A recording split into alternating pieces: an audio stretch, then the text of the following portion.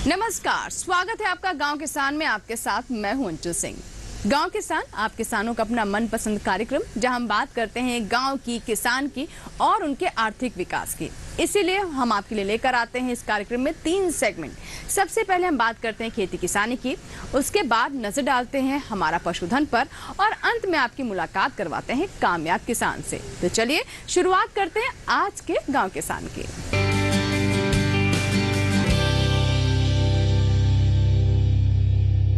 कृषि क्षेत्र की दिशा और दशा को अगर बदलना है तो ऐसे में कृषि शिक्षा को विशेष स्थान देना होगा और इस बात को हमारी सरकार बहुत अच्छे से समझती है। इसीलिए कई तरह के महत्वपूर्ण कदम उठाए जा रहे हैं। अब आपको ले चलते हैं जयपुर के जोबनेर एग्रीकल्चर यूनिवर्सिटी में, जहां पर वार्षिक अधिवेशन का आयोजन किया गया। इस अधिवेशन में बताया गया कि कैसे किसानों और युवाओं को कृषि से जोड़ा जा रहा है और नई तकनीक के बारे में उन्हें जानकारी दी जा रही है। और क्या कुछ विशेष रहा, आइए जानते हैं।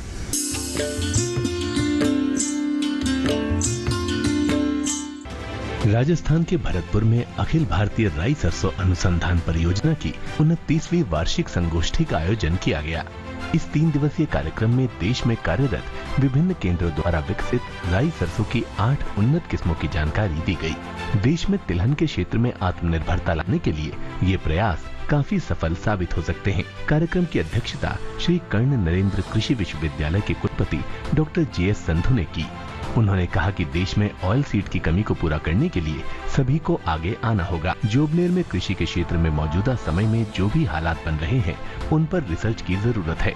श्री कर्ण नरेंद्र एग्रीकल्चर यूनिवर्सिटी में ऑल इंडिया जो ऑयल सीड की रेपसीड एंड मस्टर्ड की वर्कशॉप है और पूरे प्रदेश से, पूरे देश से साइंटिस्ट यहाँ पर आए हैं।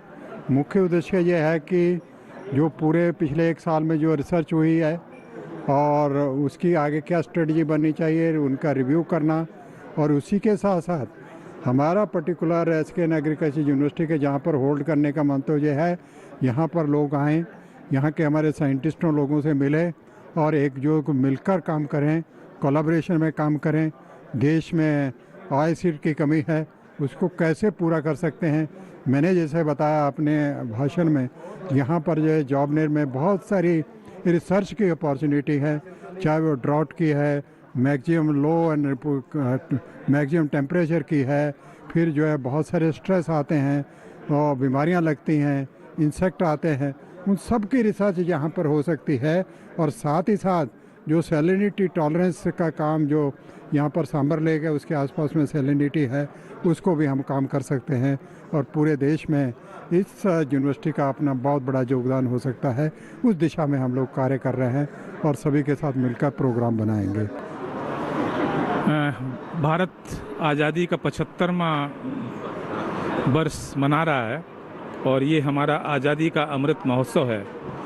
कृषि की चुनौतियां हमारे बीच में पहले से भी रही हैं और आज कोविड पेंडेमिक के बाद बहुत बड़ी चुनौती उभर के आई हैं। लोगों को रोजगार की आवश्यकता है, लोगों को अपने कृषि उत्पादन बढ़ाने की आवश्यकता है, लोगों को अच्छे बाज़ार की आवश्यकता है ताकि उनको कीमत अपने उत्पाद की अच्छी मिले।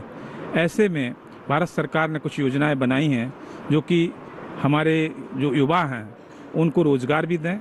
जैसे एग्री एंटरप्रेन्योरशिप है, उसके लिए उन्होंने ABI एक स्कीम बनी है, संस्थानों से जुड़ें और नई टेक्नोलॉजी समझें, उस टेक्नोलॉजी को किसानों तक कैसे पहुंचाना है, कैसे उसमें उद्यमिता बनाना है, कैसे उसका विकास करना है, उन स्कीम को दिया है। भारत सरकार ने तिलहन को अपना एक महत्वपूर्ण बिंदु माना है और तिलहन में किस तरीके से देश आत्मनिर्भर बने, इस पर इसकी चिंतन हमेशा से है और भारत सरकार ने स्पेशल मिशन बनाए हैं। जैसे कि हमारा जो है national mission on oil seed है, एडिबल ऑयल, और national mission on oil palm, क्योंकि हम बहुत सारा ऑयल पाम भी आयात करते हैं। तो भारत सरकार ने ये 2 बड़ी स्कीम्स बनाई हैं जिसके तहत नई वैरायटीज़ का डेवलपमेंट, उन वैरायटीज़ के सीड का प्रोडक्शन का प्रोग्राम, उन वैरायटीज़ के प्रदर्शन, ताकि किसानों में विश्वास बने कि जो नई प्रजातियां उनके लिए कामयाब हो सकती हैं।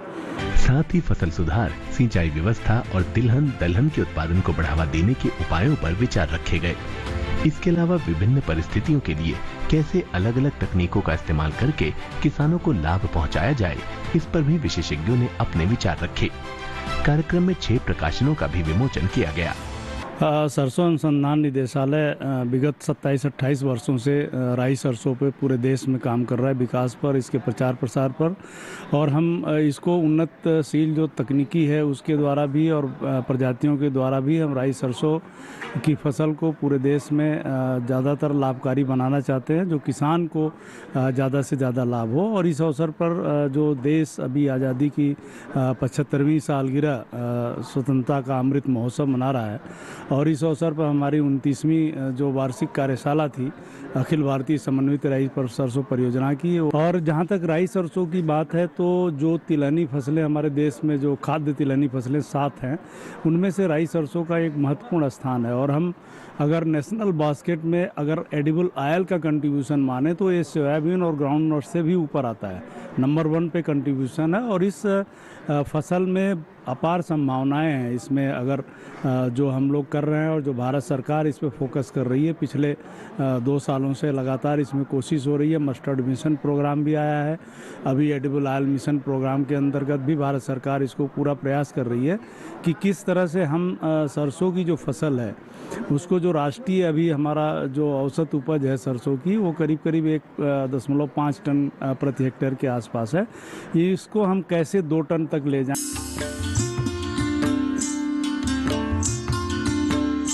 इसी के साथ ही यहाँ वक्त एक छोटे से ब्रेक का। ब्रेक के बाद भी गांव किसान जारी रहेगा। ब्रेक के बाद जब वापस आएंगे तो बात करेंगे हमारा पशुधन के।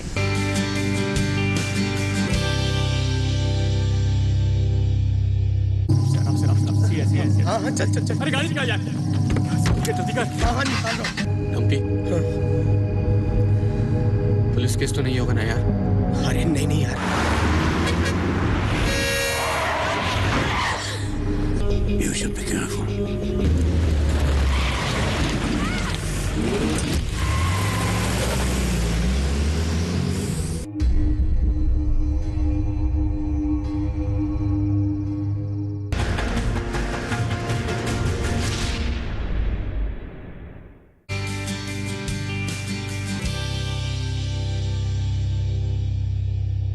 ब्रेक के बाद एक बार फिर आपका स्वागत है। आप देख रहे हैं गांव किसान। आइए अब नजर डालते हैं हमारा पशुधन पर।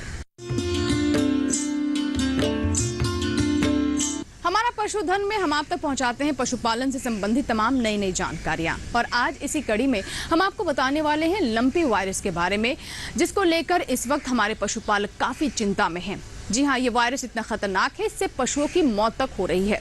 तो कैसे आप इस संक्रमण से बचें, कैसे अपने पशु को सुरक्षित रखें, क्या है विशेषज्ञों की तरफ से राय, आइए जानते हैं।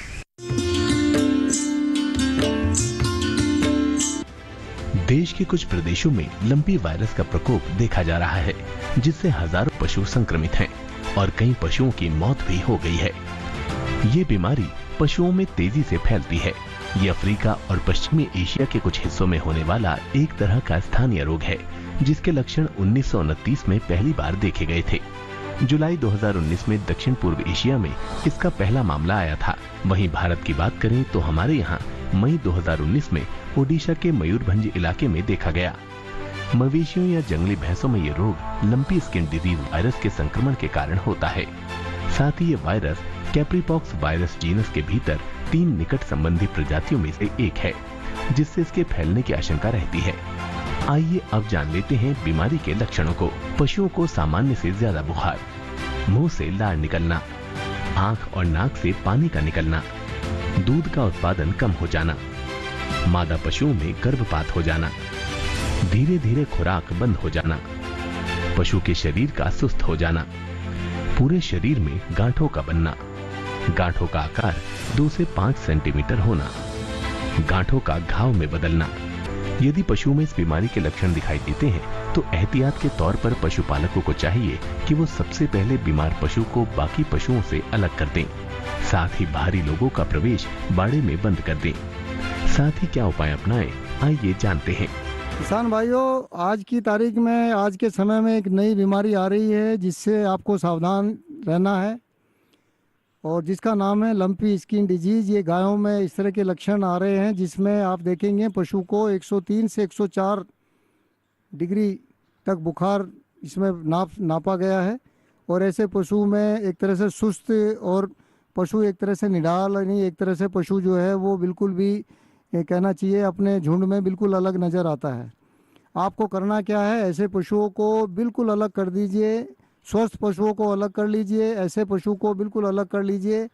साथ ही अगर आपके पास आइसोलेशन का कोई कमरा है तो उसको दूर ले जाइए, जिससे ये दूसरे पशुओं के संपर्क में नहीं आएगा और दूसरे पशुओं में ये बीमारी फैलने से बच जाएगा। आम तौर पर देखा गया है कि आपके फार्म पर बाहर के लोग आते हैं, उन बाहर के लोगों को कुछ समय के लिए आप रोक सकते हैं, जिसका बड़ा कारण है कि ये बीमारी संपर्क से फैलती है। ये वायरल डिजीज़ है, एक वायरल बीमारी है, इसलिए हमें ध्यान ये रखना है कि बाहर के व्यक्ति आपके फार्म पर डायरेक्ट ना आए। अगर उनको कोई सामान खरीदना है, मान लीजिए दूध खरीदना है या कोई दूसरा सामान खरीदना है, तो आप उसको बाहर की बाहर विंडो पर उसको डिस्पोजल कर सकते हैं। अपने सामान को फार्म पर अंदर बाहर के लोगों को मत आने दीजिए। आप जो मेन गेट है आपके फार्म का, उस पर आप देखेंगे कोई भी सैनिटाइज़र यानी कि कोई भी चाहे फिनाइल का आप घोल एक रख सकते हैं, जिससे उसके पैरों को या कोई भी एंटीसेप्टिक इस तरह का जो आप जैसे अभी आपने कोरोना काल में रखा होगा, इस तरह से हमें वो सारी सुविधाएं, वो सारी जो प्रिकॉशन यानी सावधानियां बरतनी है, जिससे आपके फार्म पर दूसरे पशुओं में ये बीमारी न फैले। इस बीमारी पर आप देखेंगे कि पशु के शरीर पर छोटी छोटी गांठें बनती हैं और पशु की जो त्वचा है वो ऐसे लगेगा जैसे कोई लटक गई हो, और त्वचा में इस तरह का एक झोल सा आता है, इसलिए इसका नाम लंपी, जो एक डिजीज़ का नाम है, लंपी स्किन डिजीज़, यानी जो त्वचा है वो लटकी लटकी नज़र आएगी और ये एक फैलने वाली बीमारी है। इसलिए ध्यान रखें कि इन पशुओं को बिल्कुल अलग कर दें। और अगर सावधानी ये भी बरतनी है कि बकरी का जो पॉक्स का टीका है, बकरी भेड़ के जो पॉक्स के टीके आते हैं वो इसमें कामयाब हैं। जिन पशुओं में आपको लग रहा है कि आपके पशु स्वस्थ हैं, उनमें भी वो टीका लगा सकते हैं, एक सावधानी के लिए कि कल को ये बीमारी आपके स्वस्थ पशुओं में ना आ जाए। जिन पशुओं में बीमारी आ चुकी है उनको बिल्कुल अलग कर दीजिए, और कोई इम्यूनोलेटर टाइप जो इस तरह के जो आपके उनके लिए एक तरह से उनको स्वस्थ बनाए रखने के लिए आप चाहें तो उनको एक तरह से इस तरह से उनकी रक्षा के रूप में, प्रतिरक्षा के रूप में आप उनको ये दे सकते हैं। वहाँ के पशु चिकित्सक को बुलाकर उसका प्रशिक्षण करा लीजिए, उसको एक तरह से परीक्षण करेंगे जो डॉक्टर हैं, और वो जो भी उपयुक्त उसका एक तरह से कहना चाहिए प्रिकॉशनरी जो भी उपाय कर सकते हैं वो पशु को वो दे सकते हैं। ऐसे पशु को अगर मान लीजिए किन्हीं कारणों से मृत्यु होती है तो इसको ज़मीन में गाड़ना है और ऊपर से मिट्टी को ढक देना है, जिससे ये अन्य पशुओं में इसका कोई भी फैलाव रोका जा सके। इसके लक्षण ये है कि पशु आपको ऐसा लगेगा कि इस पशु, अगर हम लक्षण की बात करें तो लक्षण में मुख्य लक्षण ये है कि पशु को तेज बुखार आता है और बुखार 103-104 डिग्री तक हो सकता है।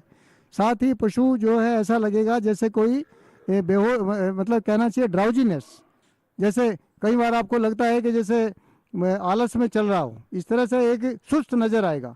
वो सुस्ती का बड़ा कारण है कि शरीर की जो क्रिया है वो उसकी शिथिल पड़ गई है और पशु जो है वो खान पान भी कम कर देता है।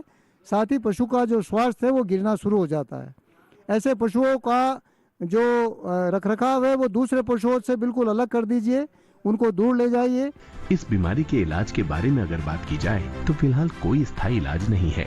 हालांकि इस बीच ऐसा भी माना जा रहा है कि हरियाणा के केंद्रीय अश्व अनुसंधान संस्थान के वैज्ञानिकों ने लंपी वायरस से पशु को बचाने के लिए स्वदेशी वैक्सीन तैयार कर ली है, जिसे कृषि मंत्रालय ने फिलहाल इमरजेंसी इस्तेमाल की मंजूरी दी है। साथ ही ऐसा भी माना जा रहा है कि इससे पशु को 1 साल तक सुरक्षित रखा जा सकेगा। वहीं प्राथमिक उपचार की बात करें तो संक्रमण को कम करने के लिए गैर स्टेरॉयडल एंटी इंफ्लेमेटरी और एंटीबायोटिक दवाओं का इस्तेमाल करें। पशु के घाव को 1% पोटेशियम परमैंगनेट के घोल से साफ करें। दवा के उपयोग से पहले चिकित्सक से सलाह लें। तो अभी आपने जाना लंपी वायरस के बारे में, कौन कौन से लक्षण हैं जिसे पहचानना बहुत जरूरी है और कैसे आप इसका उपचार करें। बढ़ते हैं आगे और बात करते हैं इस माह के पशुपालक कैलेंडर के बारे में, जिसमें हम आपको बताते हैं कि मौसम के अनुसार, माह के अनुसार पशुओं को लेकर उनके आवास, उनके आहार और उनके स्वास्थ्य से जुड़ी कौन सी विशेष बातें हैं जिसका ध्यान रखना जरूरी हो जाता है। आइए डालते हैं नजर।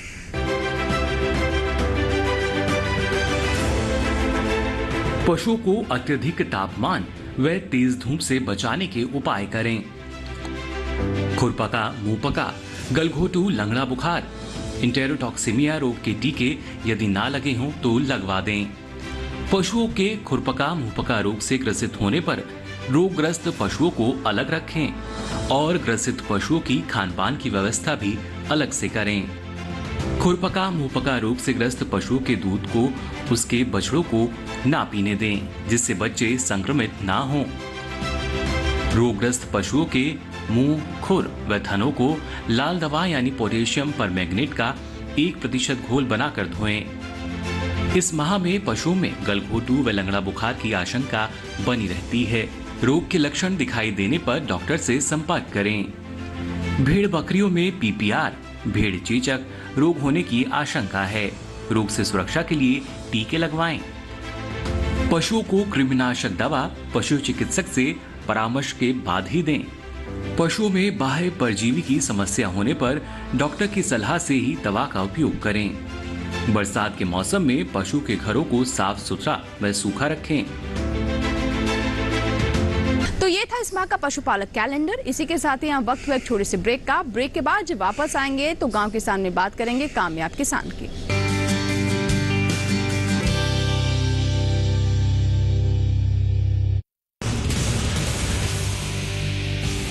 स्वाधीनता दिवस समारोह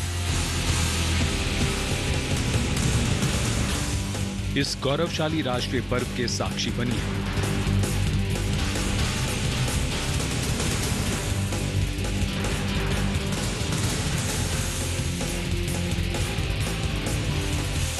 प्रधानमंत्री द्वारा लाल किले पर ध्वजारोहण और राष्ट्र को संबोधन, सीधा प्रसारण सुबह 6:25 से दूरदर्शन के सभी चैनलों पर।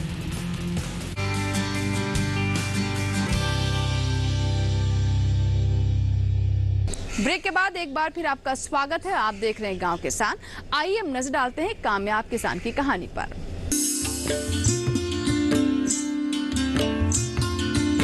आज हमारी कामयाब किसान की कहानी है राजस्थान के जयपुर से।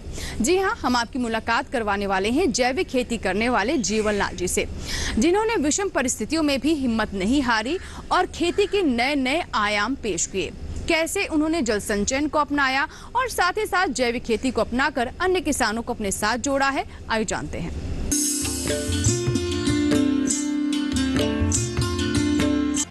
खेत में तुलसी के पौधों को सहारा दे रहे ये हैं किसान जीवनलाल जी, जिनकी कई पुश्तें जमीन को संवारने का काम करती आ रही हैं। जीवनलाल जी बताते हैं कि उनके यहाँ सभी ने शुरू से खेती ही देखी है।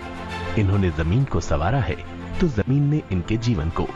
लेकिन समय में हो रहे बदलाव और बाजार की मांग ने इन्हें भी खेती में नए परिवर्तन करने पर विवश कर दिया और जीवनलाल जी ने अपने खेतों में नए प्रयोग करने शुरू कर दिए। वो बताते हैं कि उनके पहले उनके खेतों में पारंपरिक फसलें ही उगाई जाती थी, लेकिन समय की मांग को देखते हुए वो पिछले कुछ सालों से नई फसलें लगा रहे हैं। उपज का अच्छा दाम मिले इसके लिए जैविक व प्राकृतिक खेती का सहारा ले रहे हैं। वो बताते हैं कि अब बाजार 2 हिस्सों में बंट चुका है, एक तरफ सामान्य उपज तो दूसरी तरफ जैविक उपज है। हम खेती हमारे बुजुर्गों ने कृषि की करते आए बहुत लंबे समय से, लेकिन आज की खेती जो हम करने लगे हैं उसमें वो पहले वाले में बहुत ही फ़र्क है। वो फ़र्क ऐसा है कि हम जैसे सुरेंद्र जी आवाना साहब जो यहाँ आए हैं हमारे क्षेत्र में, हमारे इस मुल्क में जब आवाना जी आए तो उन्होंने अलग जगाई कि ऑर्गेनिक खेती करो ताकि बीमारी से मुक्ति मिले। तब हमने सोचा यार ऑर्गेनिक खेती कैसे करेंगे, क्योंकि हम लोगों के पास, किसानों के पास पैसे आमदनी की वैसे ही कमी थी। तो इनके नज़दीक आने से अब हम धीरे धीरे ये ऑर्गेनिक खेती 4 साल से करते करते अब काफ़ी अच्छी तकनीकी से करने लग गए। और करने लगने का मेन मकसद से रहा, सीख रही या जानकारियाँ रही या नज़दीकी होने से इसका दाता हमारे सुरेंद्र जी आवाना जी है। राजस्थान व राष्ट्रीय लेवल पे गवर्नमेंट ने अच्छा इस पे मुआवजा भी दिया जाता है, लेकिन इन मुआवजों का हमको कतई इतना अनुभव नहीं था कि कहाँ से मिलेगा, कैसे मिलेगा, हम क्या करेंगे और क्या नहीं करेंगे। तो सुरेंद्र जी के पास आने से, इनसे सीख लेने से हमको अब ऐसा विश्वास भी हुआ है कि ऑर्गेनिक खेती के भाव भी हमको अच्छे मिलेंगे। और हम सिंचाई के लिए पानी का बहुत ही अभाव था, क्योंकि यहाँ बारिश बहुत कम होती है और पानी भी कम है। अब हमने ये फार्म पॉन्ड बनाने लग गए, बनाए भी हैं, तो इनसे हम बूंद बूंद से सिंचाई करने लगे। बारिश से जो पानी बहाव से आता है, खेत का पानी का बहाव आता है, और जैसे भी बारिश से आता है पानी, उस पानी से हमारा फार्म पॉन्ड भरता है और उनसे हम सिंचाई करते हैं। तो उनसे सिंचाई करने से हमारी फसल में काफ़ी फायदा हुआ है। जैसे पानी का अभाव था, फार्म पॉन्ड से पानी मिल गया, पानी मिलने से हमारी खेती अच्छी होने लग गई। राजस्थान के किसानों को एक समस्या का सामना सबसे ज्यादा करना होता है और वो है सिंचाई के लिए पर्याप्त पानी का। हालांकि किसान इस समस्या से धीरे धीरे ही सही लेकिन डट कर सामना कर रहे हैं और उसका तोड़ भी निकाल रहे हैं। जीवनलाल जी ने पानी की उपलब्धता के लिए जल संचय करना शुरू कर दिया है। इसके लिए सरकार ने भी उनकी काफी मदद की है। बारिश के मौसम में भरे हुए ये तालाब साल भर फसलों की प्यास बुझाने के लिए काफी है। हालांकि जीवनलाल जी की ये सफलता एक दिन की नहीं है, कई दिनों की मशक्कत और जिले के सफल किसान सुरेंद्र अवाना जी का मार्गदर्शन है। जीवनलाल जी अब प्राकृतिक खेती कर रहे हैं, जिससे उनके खेतों की दशा में काफी सुधार आया है। खेतों को पर्याप्त खाद मिलती रहे, इसके लिए उन्होंने गिर गाय पाल रखी है। अभी उनके पास करीब 8 से 10 गिर गायें हैं, जिनमें वो इजाफा भी कर रहे हैं। पशु सेहतमंद हो, इसके लिए चारा भी वो खुद ही उगाते हैं। और ये ज्यादा जैसे मछली पालन, ये तो अभी हम नहीं कर रहे, अब करेंगे। सभी किसानों को यही हम कहते हैं, इनसे ऑर्गेनिक जैसे केचुआ का खाद, ऑर्गेनिक खाद, तो ऑर्गेनिक खाद हम जैसे यूरिया, डीएपी, फॉरेस्ट वगैरह ऐसा कुछ भी अब हमारे खेत में नहीं आने देते हैं। और जब भी ऑर्गेनिक खाद की आवश्यकता भी जब पड़ती है, कम रहता है हमारे पास, तो अवाना जी से ले लेते हैं और ऑर्गेनिक खेती करने लगे। इनसे हमको अच्छा फायदा भी हुआ है और कर रहे हैं। अब फ्रूटों के कुछ पेड़ भी लगा रहे हैं और खेती सही तरीके से करने लग गए। अब मैं पशुपालनों का भी काम करते हैं, वो भी हमारे बुजुर्गों से चला आ रहा था। जैसे देसी गिर गाय रखते हैं, 8-10 गाय है मेरे पास। गायों का दूध, घी, ये सब अच्छे हैं खुद की सेहत के लिए, औरों के लिए भी।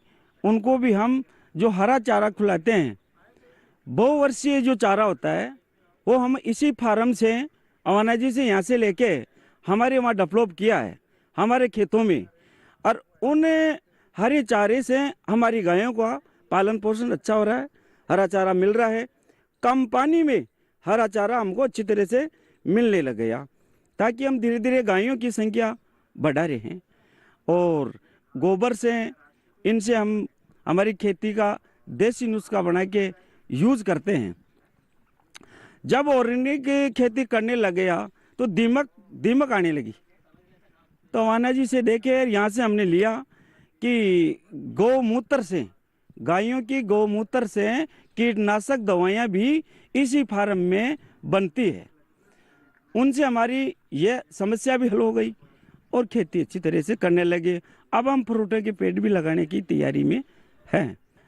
अब हमारे पास जैसे बकरियां हैं, और बकरियां भी रख रखी हैं, कम मात्रा में है लेकिन बकरी है, भेड़ है। तो भेड़ से भी जैसे 2-2 बच्चा लाती है, उसकी अच्छी चराई पराई करते हैं, तो उनसे अच्छा हमारे को लाभ भी मिल रहा है। इस तरह से देखा जाए तो हालात जो भी हों, लेकिन इरादे नेक हों, लगन सच्ची हो, तो किसान किसान नहीं रह जाता, बल्कि कामयाब किसान कहलाता है।